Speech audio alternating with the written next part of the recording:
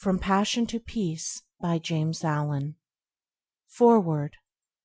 The first three parts of this book, Passion, Aspiration, and Temptation, represent the common human life, with its passion, pathos, and tragedy. The last three parts, Transcendence, Beatitude, and Peace, represent the divine life, calm, wise, and beautiful, of the Sage and Saviour. The middle part, Transmutation, is the transitional stage between the two. It is the alchemic process linking the divine with the human life. Discipline, denial, and renunciation do not constitute the divine state. They are only the means by which it is attained. The divine life is established in that perfect knowledge which bestows perfect peace. James Allen. Amid the din and strife of men, the call divine I hear again. Its telling is of things apart, above the tumult of the heart. High over where sin's dark pathways wind, waits the wise willing of the mind. Beyond strong passion's guarded gates, there peace awaits, there peace awaits. End of Foreword. From Passion to Peace by James Allen. Chapter 1. Passion. The pathway of the saints and sages, the road of the wise and the pure, the highway along which the Saviours have trod, and which all Saviours to come will walk. Such is the subject of this book, such is the high and holy theme which the author briefly expounds in these pages. Passion is the lowest level of human life. None can descend lower. In its chilling swamps and concealing darkness creep and crawl the creatures of the sunless world. Lust, hatred, anger, covetousness, pride, vanity, greed, revenge, envy, backbiting, lying, theft, deceit, treachery, cruelty, suspicion, jealousy. Such are the brute forces and blind, unreasoning impulses that inhabit the underworld of passion, and roam devouring and devoured in the rank primeval jungles of the human mind. There also dwell the dark shapes of remorse, pain, and suffering, and the drooping forms of grief, sorrow, and lamentation. In this dark world the unwise live and die, not knowing the peace of purity, nor the joy of that divine light which forever shines above them and for them. Yet it shines in vain so long as it falls on the unseeing eyes which look not up, but are ever bent earthward, fleshward. But the wise look up. They are not satisfied with this passion world. They bend their steps towards the upper world of peace, the light and the glory of which they behold, at first far off, but nearer and with ever increasing splendor as they ascend. None can fall lower than passion, but all can rise higher. In that lowest place where further descent is impossible, all who move forward must ascend. The ascending pathway is always at hand, near and easily accessible. It is the way of self-conquest. He has already entered into it who has begun to say nay to his selfishness, who has begun to discipline his desires, and to control and command the unruly elements of his mind. Passion is the arch-enemy of mankind, the slayer of happiness, the opposite and enemy of peace. From it proceeds all that defiles and destroys. It is the source of misery, and the promulgator of mischief and disaster. The inner world of selfishness is rooted in ignorance of divine law, of divine goodness, ignorance of the pure way and the peaceful path. Passion is dark, and it thrives and flourishes in spiritual darkness. It cannot enter the regions of spiritual light. In the enlightened mind the darkness of ignorance is destroyed. In the pure heart there is no place for passion. Passion in all its forms is a mental thirst, a fever, a torturing unrest. As a fire consumes a magnificent building, reducing it to a heap of unsightly ashes. So are men consumed by the flames of passions, and their deeds and works fall and perish. If one would find peace, he must come out of passion. The wise man subdues his passions, the foolish man is subdued by them. The seeker for wisdom begins by turning his back on folly. The lover of peace enters the way which leads thereto, and with every step he takes, he leaves further below and behind him the dark dwelling place of passion and despair. The first step towards the heights of wisdom and peace is to understand the darkness and misery of selfishness, and when that is understood, the overcoming of it, the coming out of it, will follow. Selfishness, or passion, not only subsists in the gross forms of greed and glaringly ungoverned conditions of the mind, it informs also every hidden thought which is subtly connected with the assumption and glorification of one's self. It is most deceiving and subtle when it prompts one to dwell upon the selfishness in others, to accuse them of it, and to talk about it. The man who continually dwells upon the selfishness in others will not thus overcome his own selfishness. Not by accusing others do we come out of selfishness, but by purifying ourselves. The way from passion to peace is not by hurling painful charges against others, but by overcoming one's self. By eagerly striving to subdue the selfishness of others, we remain passion-bound. By patiently overcoming our own selfishness, we ascend to freedom. Only he who has conquered himself can subdue others, and he subdues them not by passion, but by love. The foolish man accuses others and justifies himself, but he who is becoming wise justifies others and accuses himself. The way from passion to peace is not in the outer world of people, it is in the inner world of thoughts. It does not consist in altering the deeds of others, it consists in perfecting one's own deeds. Frequently the man of passion is most eager to put others right, but the man of wisdom puts himself right. If one is anxious to reform the world, let him begin by reforming himself. The reformation of self does not end with the elimination of the sensual elements only, that is its beginning. It ends only when every vain thought and selfish aim is overcome. Short of perfect purity and wisdom, there is still some form of self-slavery or folly which needs to be conquered. Passion is at the base of the structure of life, peace is at its crown and summit. Without passion to begin with, there would be no power to work with, and no achievement to end with. Passion represents power, but power misdirected, power producing hurt instead of happiness. Its forces, while instruments of destruction in the hands of the foolish, are instruments of preservation in the hands of the wise. When curbed and concentrated and beneficially directed, they represent working energy. Passion is the flaming sword which guards the gates of paradise. It shuts out and destroys the foolish. It admits and preserves the wise.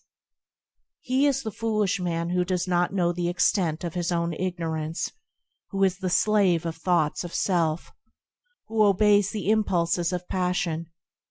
He is the wise man who knows his own ignorance, who understands the emptiness of selfish thoughts, who masters the impulses of passion.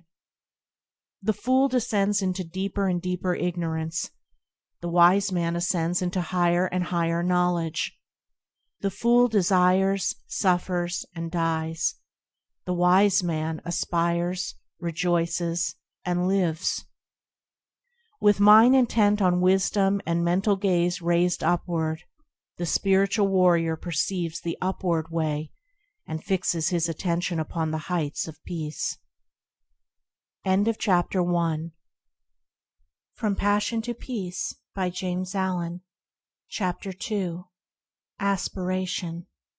With the clear perception of one's own ignorance comes the desire for enlightenment, and thus in the heart is born aspiration.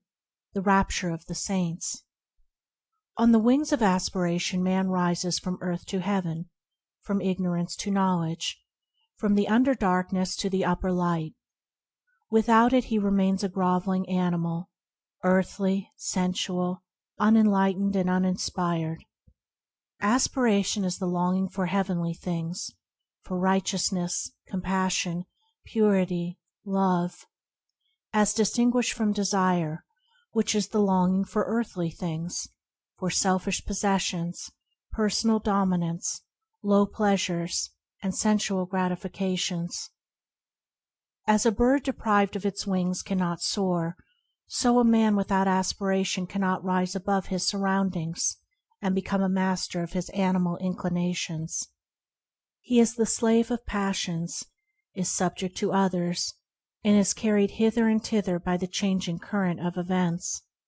For one to begin to aspire means that he is dissatisfied with his low status, and is aiming at a higher condition. It is a sure sign that he is aroused out of his lethargic sleep of animality, and has become conscious of nobler attainments and a fuller life. Aspiration makes all things possible. It opens the way to advancement. Even the highest state of perfection conceivable it brings near and makes real and possible, for that which can be conceived can be achieved. Aspiration is the twin angel to inspiration. It unlocks the gates of joy. Singing accompanies soaring. Music, poetry, prophecy, and all high and holy instruments are at last placed in the hands of those whose aspirations flag not, whose spirit does not fail. So long as animal conditions taste sweet to a man, he cannot aspire, he is already satisfied. But when their sweetness turns to bitterness, then in his sorrow he thinks of nobler things. When he is deprived of earthly joy, he aspires to the joy which is heavenly. It is when impurity turns to suffering that purity is sought.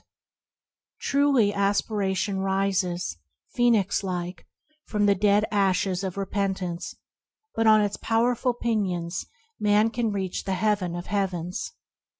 The man of aspiration has entered the way which ends in peace, and surely he will reach that end if he neither stays nor turns back. If he constantly renews his mind with glimpses of the heavenly vision, he will reach the heavenly state. Man attains to the measure that he aspires. His longing is to be the gauge of what he can be. To fix the mind is to foreordain the achievement. As a man can experience and know all low things, so he can experience and know all high things. As he has become human, so he can become divine. The turning of the mind in high and divine directions is the sole and needful task. What is impurity but the impure thoughts of the thinker? What is purity but the pure thoughts of the thinker? One man does not do the thinking of another. Each man is pure or impure of himself alone. If a man thinks, "It is through others or circumstances or heredity that I am impure," how can he hope to overcome his errors? Such a thought will check all holy aspirations, and will bind him to the slavery of passion. When a man fully perceives that his errors and impurities are his own, that they are generated and fostered by himself, that he alone is responsible for them, then he will aspire to overcome them. The way of attainment will be opened up to him, and he will see from where and to what destination he is traveling. The man of passion sees no straight path before him, and behind him all is fog and gloom. He seizes the pleasure of the moment, and does not strive for understanding or think of wisdom. His way is confused, turbulent, and troubled, and his heart is far from peace. The man of aspiration sees before him the pathway up the heavenly heights, and behind him are the circuitous routes of passion up which he has hitherto blindly groped. Striving for understanding, and his mind set on wisdom, his way is clear, and his heart already experiences a foretaste of the final peace. Men of passion strive mightily to achieve little things. things which speedily perish, and in the place where they were leave nothing to be remembered. Men of aspiration strive with equal might to achieve great things, things of virtue, of knowledge, of wisdom, which do not perish, but stand as monuments of inspiration for the uplifting of humankind. As the merchant perceives worldly success by persistent exertion, so the saint achieves spiritual success by aspiration and endeavor. One becomes a merchant, the other a saint, by the particular direction in which his mental energy is guided. When the rapture of aspiration touches the mind, it at once refines it, and the dross of its impurities begin to fall away. While aspiration holds the mind, no impurity can enter it, for the impure and the pure cannot at the same moment occupy the thought. But the effort of aspiration is at first spasmodic and short-lived. The mind falls back into its habitual error, and must be constantly renewed. The lover of the pure life renews his mind daily with the invigorating glow of aspiration. He rises early, and fortifies his mind with strong thoughts and strenuous endeavor. He knows that the mind is of such a nature that it cannot remain for a moment unoccupied, and that, if it is not held and guided by high thoughts and pure aspirations, it will assuredly be enslaved and misguided by low thoughts and base desires. Aspiration can be fed, fostered, and strengthened by daily habit, just as desire. It can be sought and admitted into the mind as a divine guide, or it can be neglected and shut out. To retire for a short time each day to some quiet spot, preferably in the open air, and there call up the energies of the mind in surging waves of holy rapture, is to prepare the mind for great spiritual victories and destinies of divine import. For such a rapture is the preparation for wisdom and the prelude to peace. Before the mind can contemplate pure things, it must be lifted up to them. It must rise above impure things, and aspiration is the instrument by which this is accomplished. By its aid the mind soars swiftly and surely into heavenly places, and begins to experience divine things. It begins to accumulate wisdom, and to learn to guide itself by an ever-increasing measure of the divine light of pure knowledge. To thirst for righteousness, to hunger for the pure life, to rise in holy rapture on the wings of angelic aspiration, this is the right road to wisdom. This is the right striving for peace. This is the right beginning of the way divine. End of Chapter 2. From Passion to Peace by James Allen. Chapter 3. Temptation. Aspiration can carry a man into heaven, but to remain there, he must learn to conform his entire mind to the heavenly conditions. To this end, temptation works. Temptation is the reversion, in thought, from purity to passion. It is going back from aspiration to desire.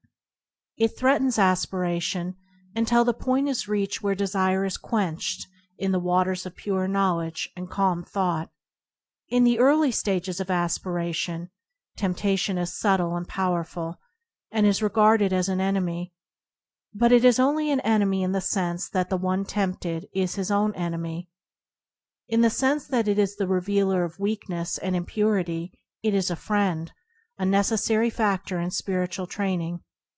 It is, indeed, an accompaniment of the effort to overcome evil and apprehend good. To be successfully conquered, the evil in a man must come to the surface and present itself, and it is in temptation that the evil hidden in the heart stands revealed and exposed. That which temptation appeals to and arouses is unconquered desire, and temptation will again and again assail a man until he has lifted himself above the lusting impulses. Temptation is an appeal to the impure. That which is pure cannot be subject to temptation. Temptation waylays the man of aspiration until he touches the reign of the divine consciousness, and beyond that border temptation cannot follow him. It is when a man begins to aspire that he begins to be tempted. Aspiration rouses up all the latent good and evil, in order that the man may be fully revealed to himself, for a man cannot overcome himself unless he fully knows himself. It can scarcely be said of the merely animal man that he is tempted, for the very presence of temptation means that there is a striving for a purer state. Animal desire and gratification is the normal condition of the man who has not yet risen into aspiration. He wishes for nothing more, nothing better, than his sensual enjoyments, and this, for the present, satisfied. Such a man cannot be tempted to fall, for he has not yet risen. The presence of aspiration signifies that a man has taken one step, at least, upward, and is therefore capable of being drawn back. This backward attraction is called temptation. The allurements of temptation subsist in the impure thoughts and downward desires of the heart. The object of temptation is powerless to attract when the heart no longer lusts for it. The stronghold of temptation is within a man, not without, and until a man realizes this, the period of temptation will be prolonged.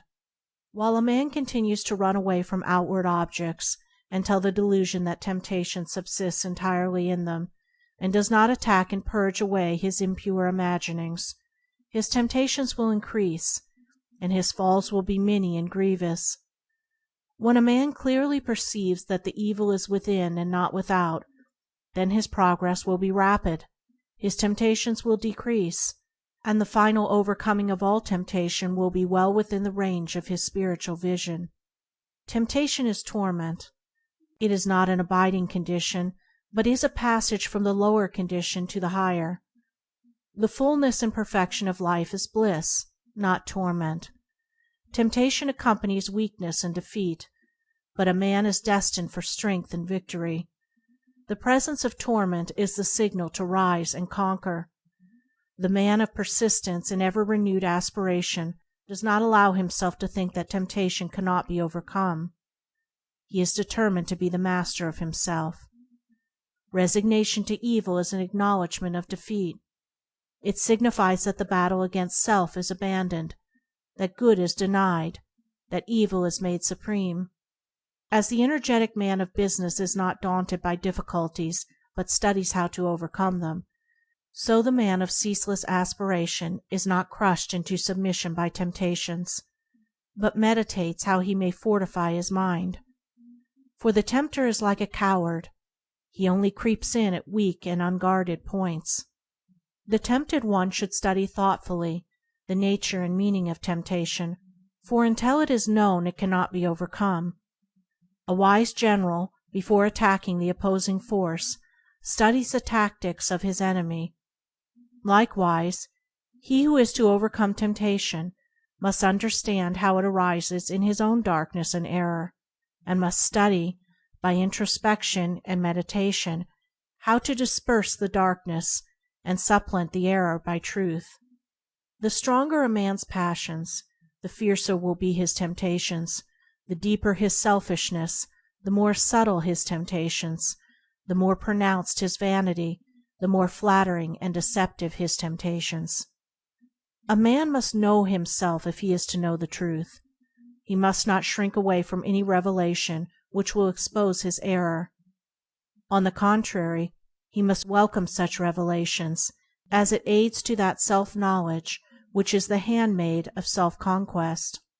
The man who cannot endure to have his errors and shortcomings brought to the surface and made known, but tries to hide them, is unfit to walk the highway of truth.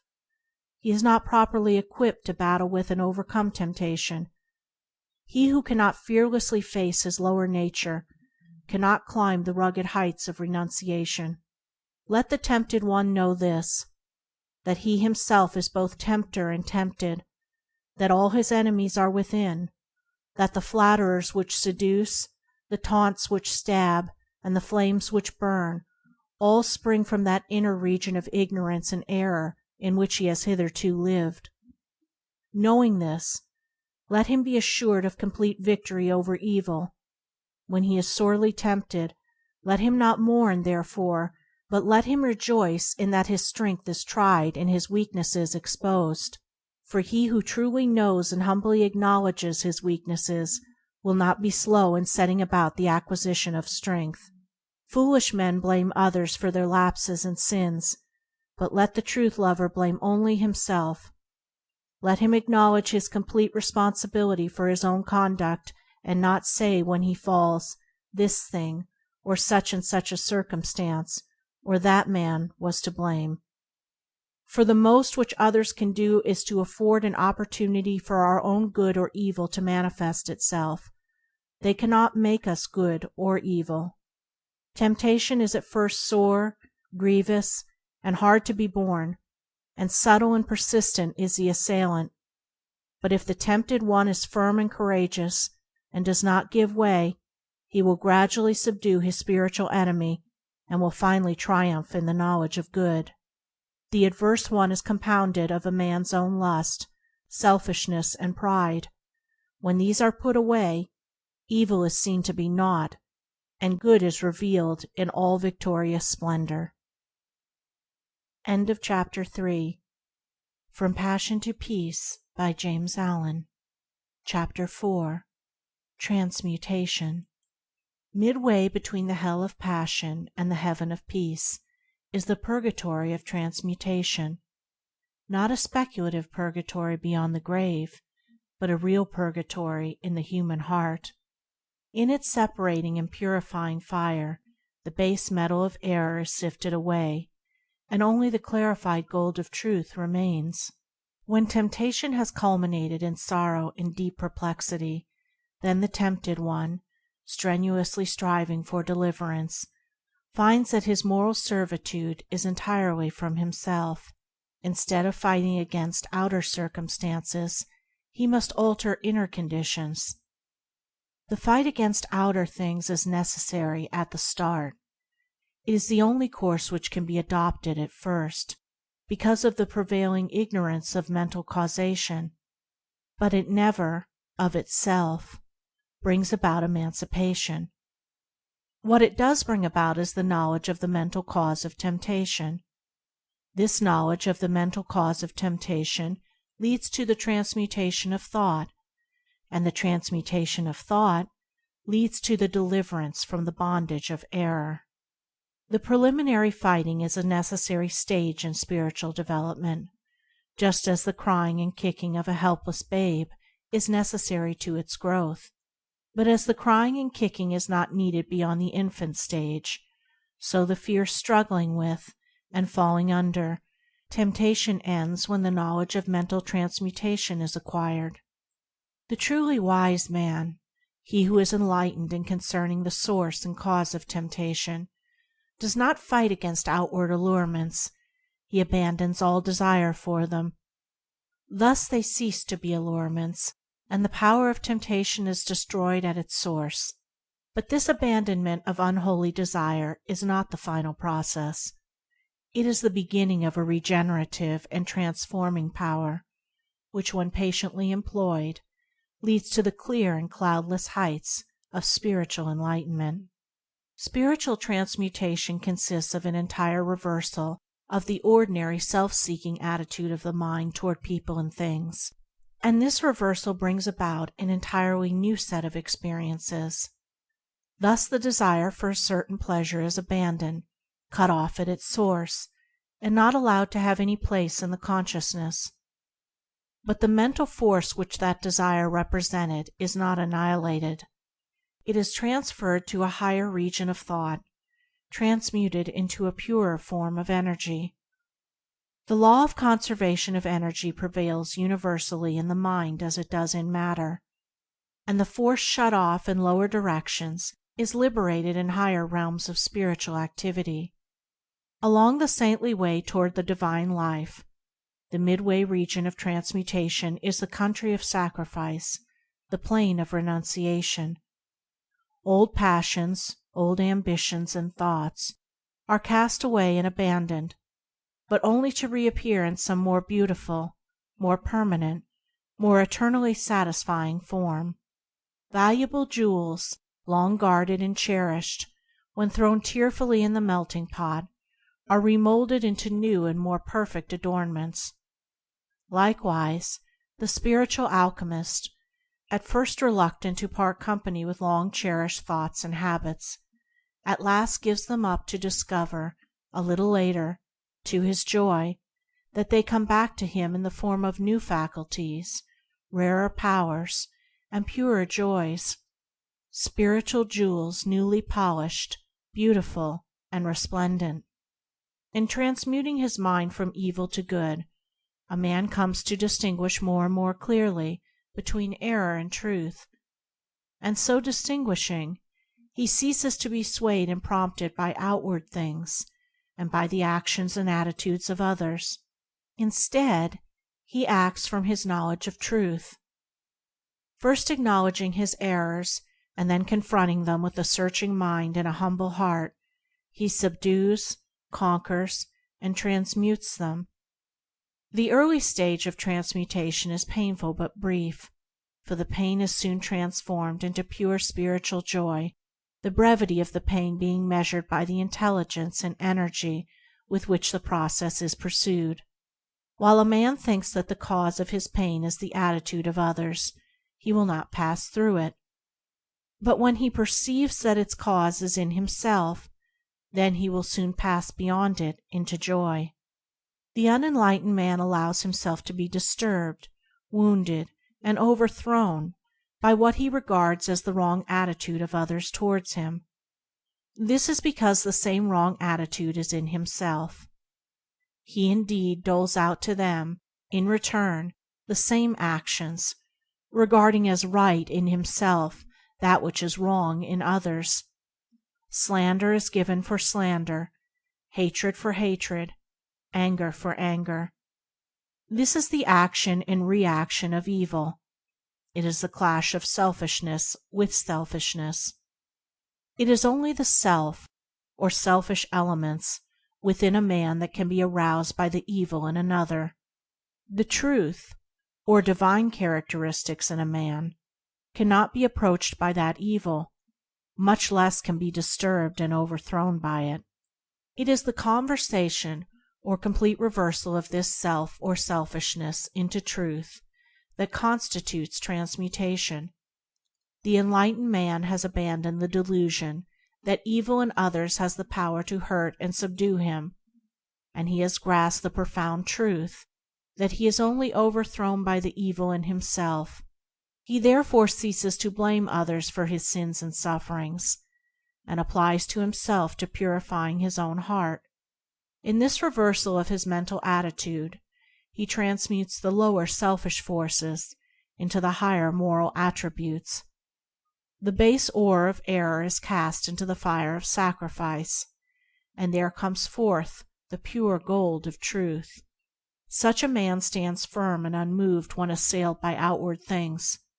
He is self's master, not its slave.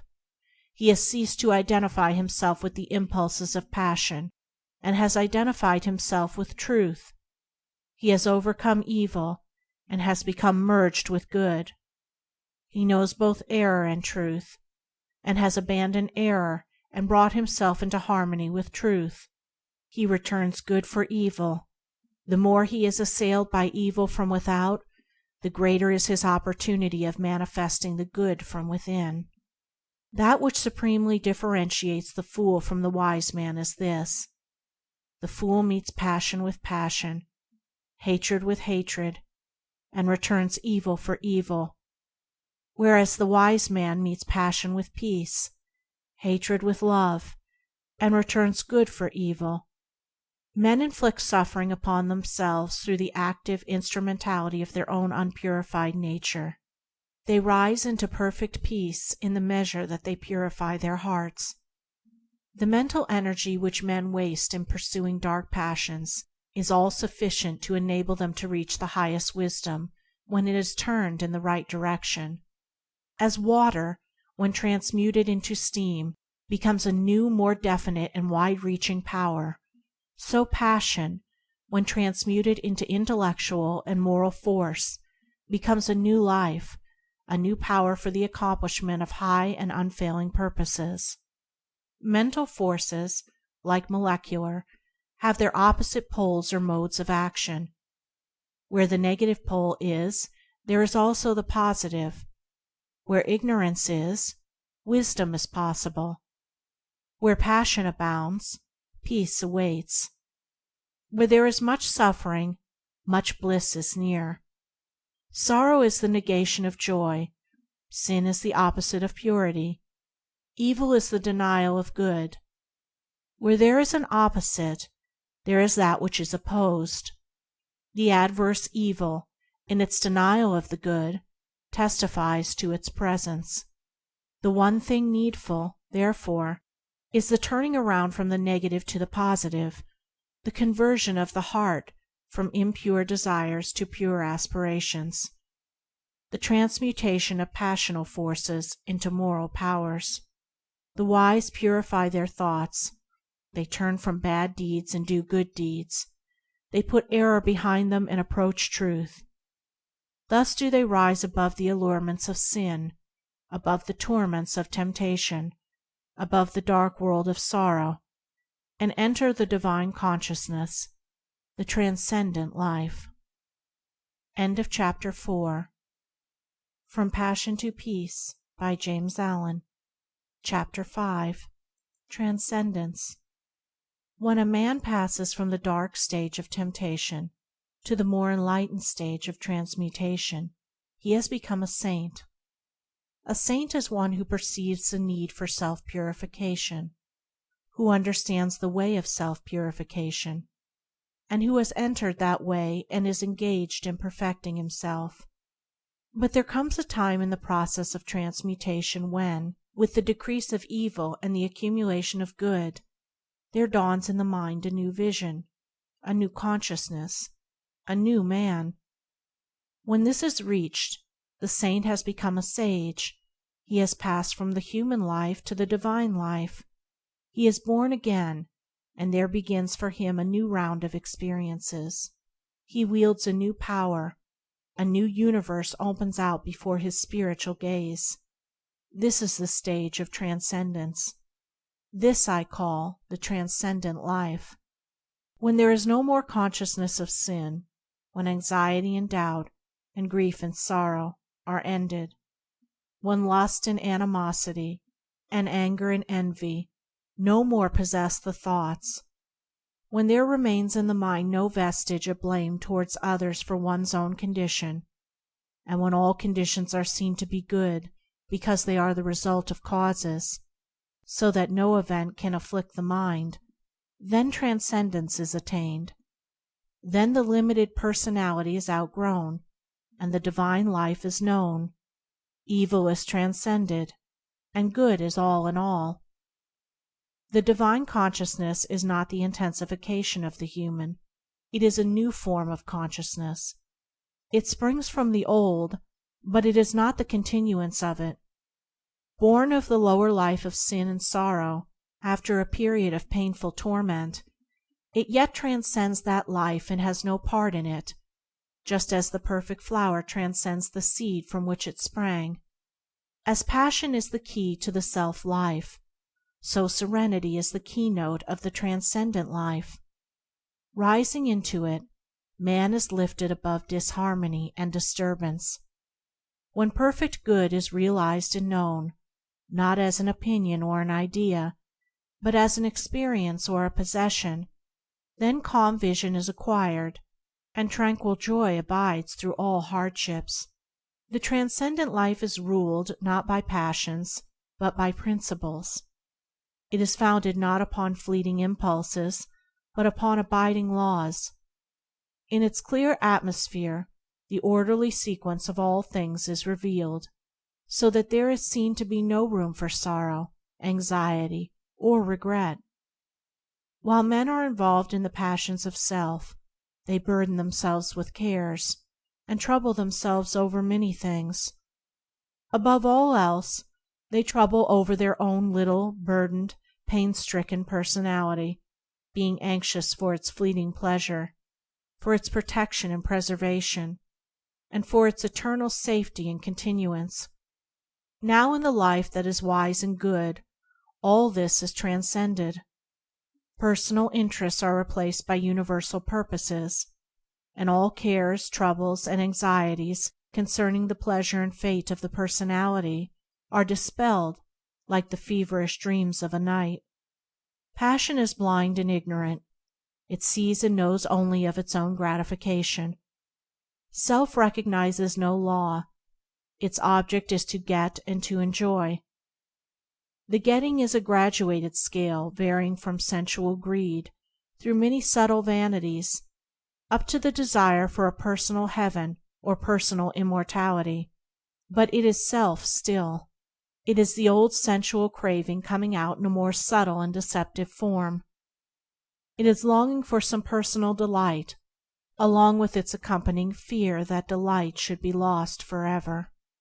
In the transcendent state, desire and dread are ended, and the thirst for gain and fear of loss are things that are no more. Where the universal order is seen, and where perennial joy in that good is a normal condition, what is there left to desire? What remains to be feared? He who has brought his entire nature into conformity and harmony with the law of righteousness, and who has made his thoughts pure and his deeds blameless, has entered liberty.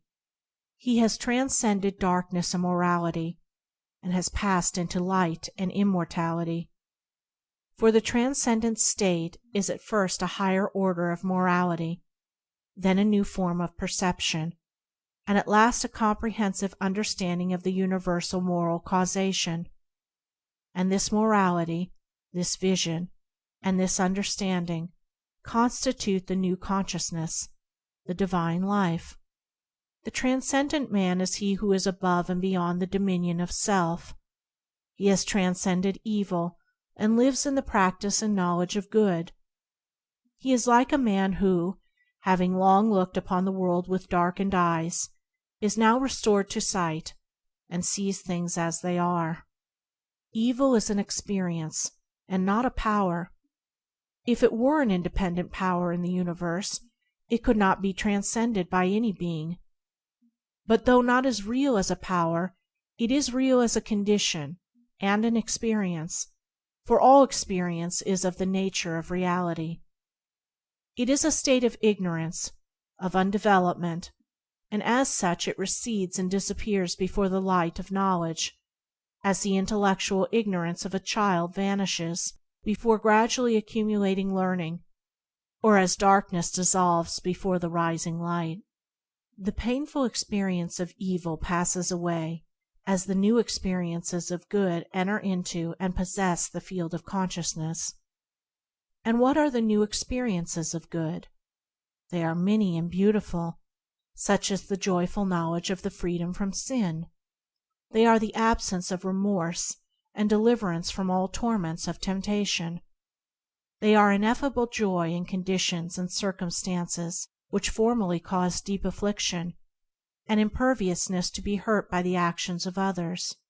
They are great patience and sweetness of character, serenity of mind under all circumstances, and emancipation from doubt, fear, and anxiety. They are freedom from all dislike, envy, and animosity, with the power to feel and act kindly toward others, those who see fit to constitute themselves as one's enemies or opponents.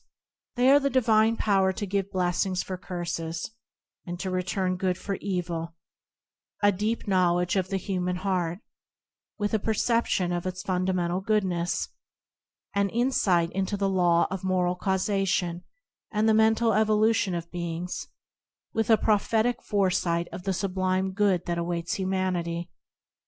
Above all, they are a glad rejoicing in the limitation and impotency of evil, and in the eternal supremacy and power of good. All these, and the calm, strong, far-reaching life that these imply and contain, are the rich experiences of the transcendent man, along with all the new and varied resources, the vast powers, the quickened abilities, and enlarged capacities that spring to life in the new consciousness. Transcendence is surpassing virtue. Evil and good cannot dwell together. Evil must be abandoned, left behind, and transcended before good is grasped and known. When good is practiced and fully comprehended, then all the afflictions of the mind are at an end. For that which is accompanied with pain and sorrow in the consciousness of evil is not so accompanied in the consciousness of good. Whatsoever happens to the good man cannot cause him perplexity or sorrow, for he knows its cause and issue, knows the good which is ordained to accomplish in himself, and so his mind remains happy and serene. Though the body of the good man may be bound, his mind is free. Though it may be wounded and in pain, joy and peace abide within his heart. A spiritual teacher had a pupil who was apt and earnest. After several years of learning and practice, the pupil one day offered a question for discussion which his master could not answer. After days of deep meditation, the master said to his pupil, "I cannot answer the question which you have asked. Have you any solution to offer?" Whereupon the pupil formulated a reply to the question which he had propounded. The master then said to him, "You have answered that which I could not, and henceforth neither I nor any man can instruct you, for now you are indeed instructed by truth. You have soared, like the kingly eagle, where no man can follow.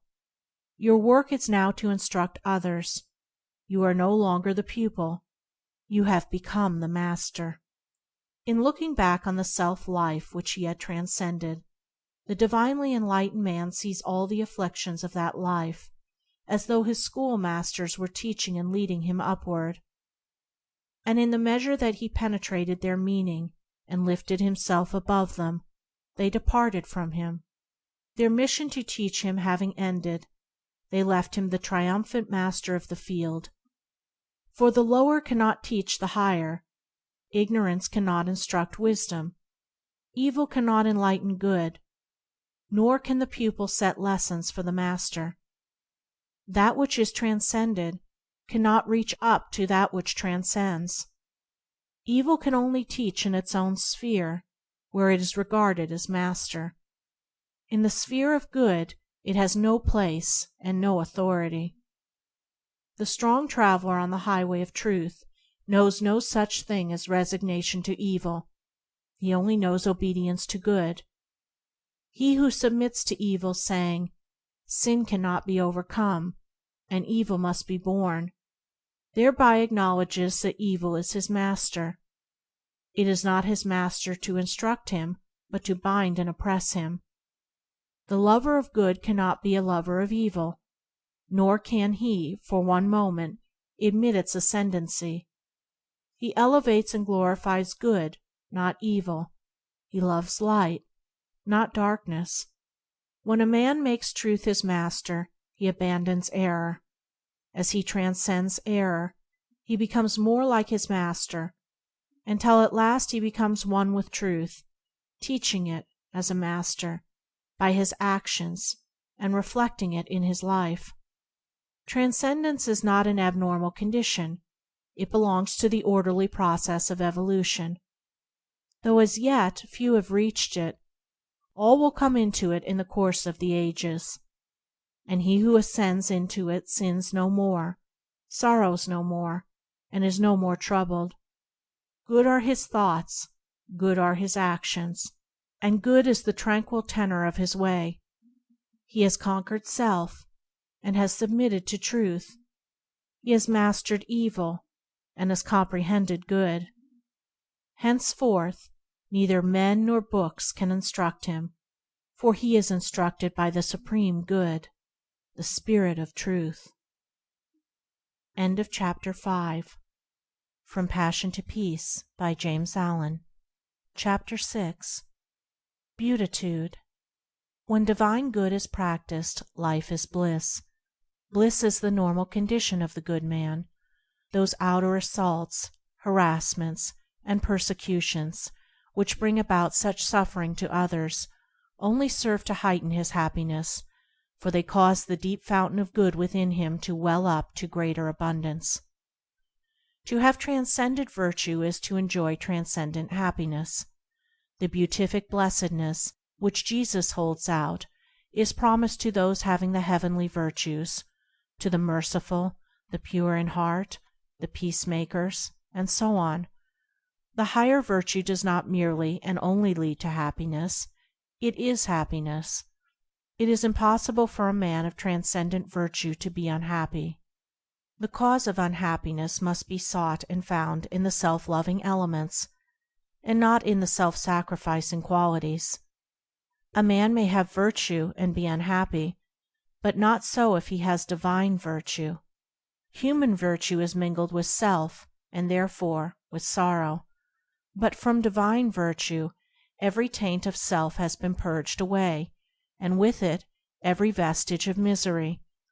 One comparison will suffice to illustrate this. A man may have the courage of a lion in attack and self-defense, such courage being a human virtue, but he will not thereby be rendered supremely happy. However, he whose courage is that of the divine kind, which enables him to transcend both attack and defense, and to remain mild, serene, and lovable under attack, such a man will thereby be rendered supremely happy. Moreover, his assailant will be rendered more happy, in that a more powerful good will overcome and cast out the fierce and unhappy evil of the other. The acquisition of human virtue is a great step towards truth, but the divine way transcends it. Truth lies upward and beyond.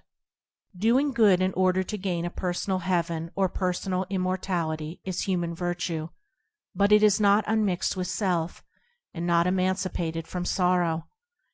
In the transcendent virtues all is good, and good is all, and there is no personal or ulterior aim.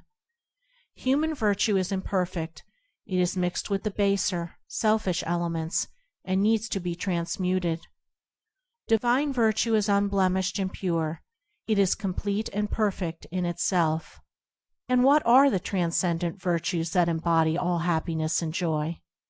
They are impartiality, the seeing so deeply into the human heart and into human actions that it becomes impossible to take sides with one man or one party against the other, and therefore the power to be perfectly just.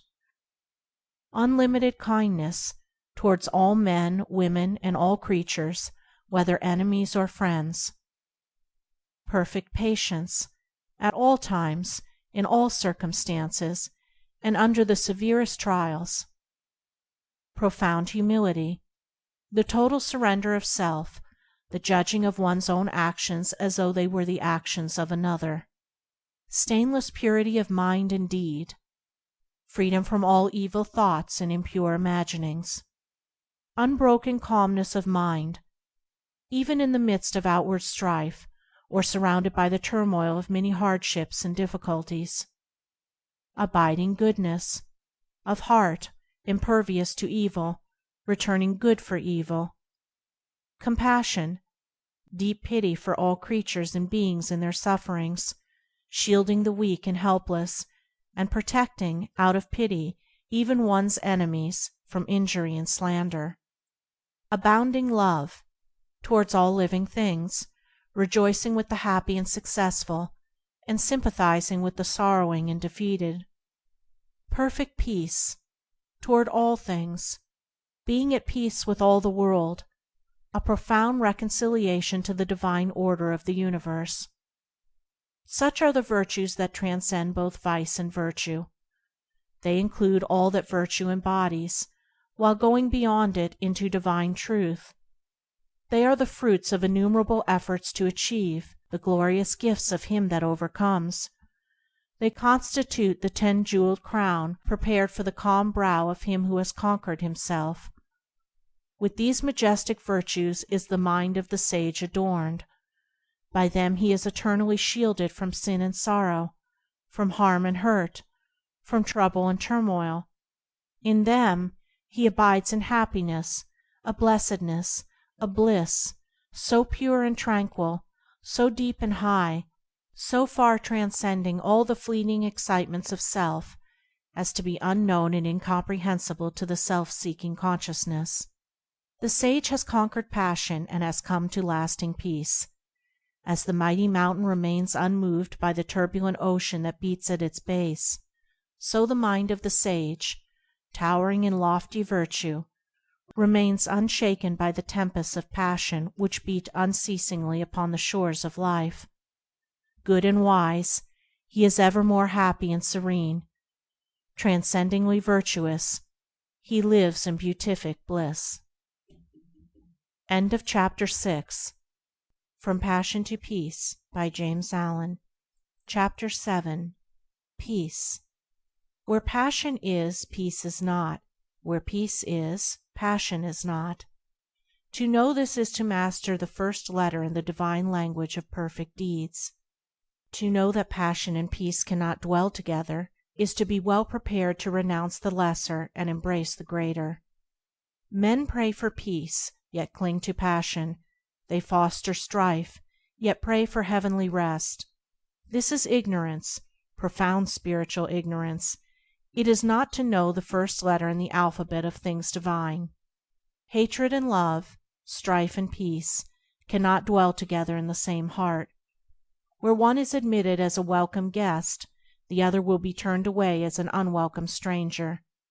He who despises another will be despised by others.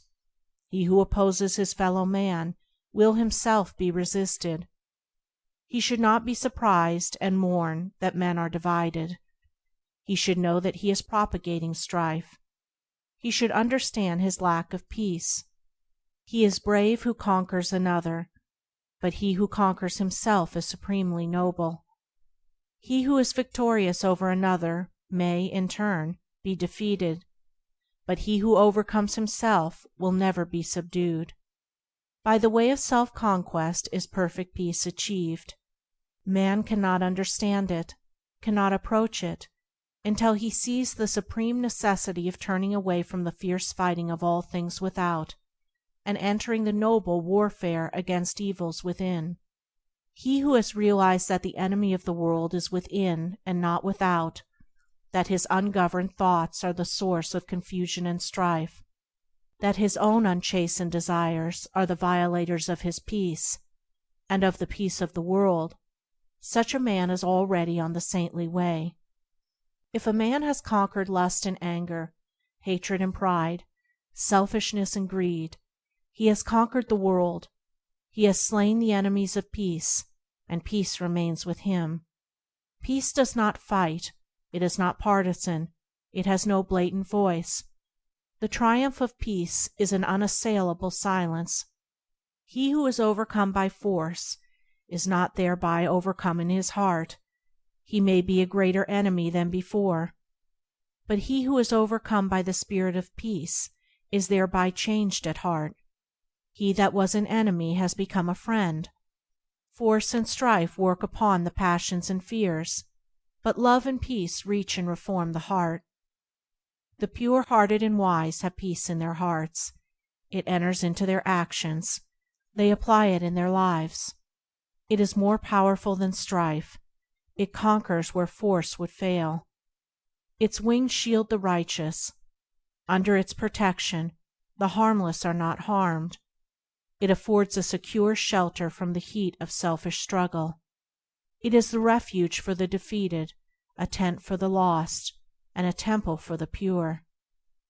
Where peace is practiced, and possessed, and known, then sin and remorse, grasping and disappointment, craving and temptation, desiring and grieving, all the turbulence and torment of the mind, are left behind in the dark sphere of the self to which they belong, and beyond which they cannot go. Beyond where these dark shadows move, the radiant plains of divine beatitude bask in eternal light, and to these the traveler on the high and holy way comes in due time. From the blinding swamps of passion, through the thorny forests of many vanities, across the arid deserts of doubt and despair, he travels on, not turning back nor straying from his course. He ever moves toward his sublime destination, until at last he comes, a humble and lowly, yet strong and radiant conqueror, to the beautiful City of Peace. Chapter 8. End of From Passion to Peace, by James Allen.